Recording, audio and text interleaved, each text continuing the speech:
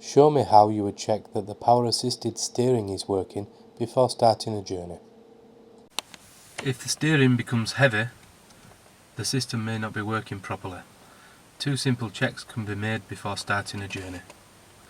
The first one, if you put a little pressure on the steering wheel and start the engine, a small but noticeable movement will be felt as the system kicks in. Alternatively, just after driving off, you can make sure that the steering doesn't feel heavy.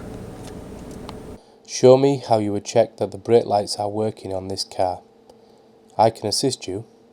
If you need to switch on the ignition, please don't start the engine. Turn on the ignition. Press the foot brake on and off and ask your examiner or someone else to go and check your brake lights. Show me how you would check the direction indicators are working. Turn on the hazard warning lights and then walk around the car checking that all 6 of the direction indicators are flashing.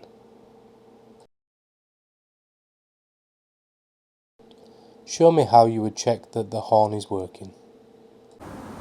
Simply press the horn to make sure it's working. Show me how you would check the parking brake for excessive wear, making sure you keep safe control of the vehicle. Apply the foot brake. Release the handbrake and then reapply it, making sure it secures itself and it is not at the end of its working travel. Show me how you would clean the windscreen using the windscreen washer and wipers.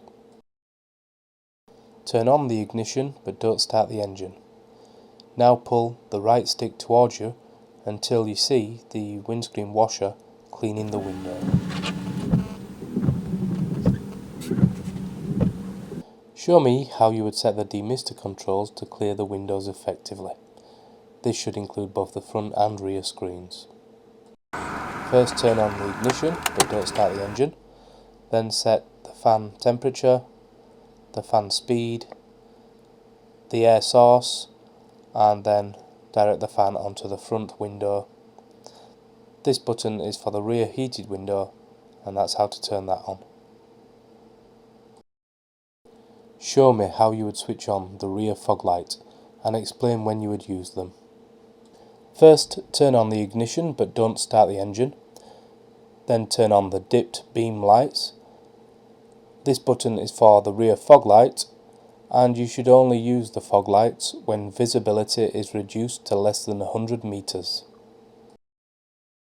Show me how you would switch the headlights from dipped beam to main beam and then explain how you would know the main beam was on when inside the car.